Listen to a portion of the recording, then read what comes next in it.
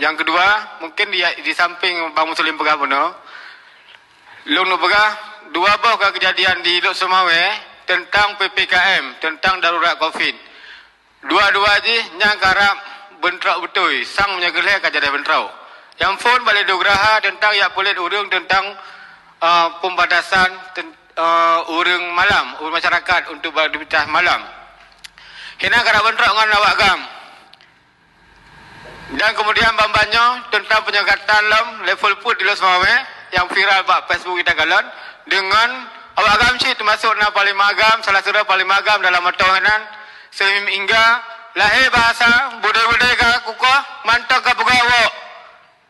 Jadi nyo yang lung bayangkan hai ketua hai pemerintah Aceh nyo masalah raya sang menyagelhe syak lung ka jadi bentrok. Nyo jadi bentrok takut-takut pu yang kan jadi tahu aro no pun nak belum motor nak kawin lele nak pegar morayanya hamd meli karena nanti akan kejadian bertemu dalam tengku. Sabab nya bertemu dia yakin long kopi nya kayak limai hanali kopi. Nya kopi karena anak bertemu dia sakai.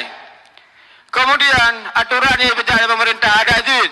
Nya ni kurang-kurang nabi makanan. Mau datang pi nya kan kurang nabi pun. Mau beda lara-lara nguraceh minta rezeki. Yang salah, tota salah. Hadir negara yang kalau orangnya sibuk ngurus saya anak tak berlay. Padahal urus Aceh bah kemudian tegro ke kibancara ke mati. Hana banyak sibuk negara ya pegahnya ya pegaje. Nya memang negara untuk dibantu rakyat.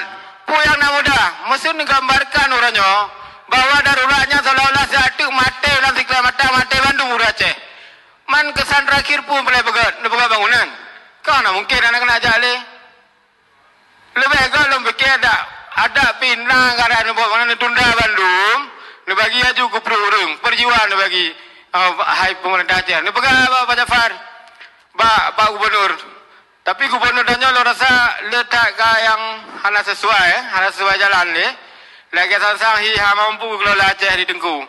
Mal lebih hormat ke Gubernurnya enggak mengundurkan diri juga deh daripada dimundurkan. Sekian, terima kasih. Assalamualaikum warahmatullahi wabarakatuh.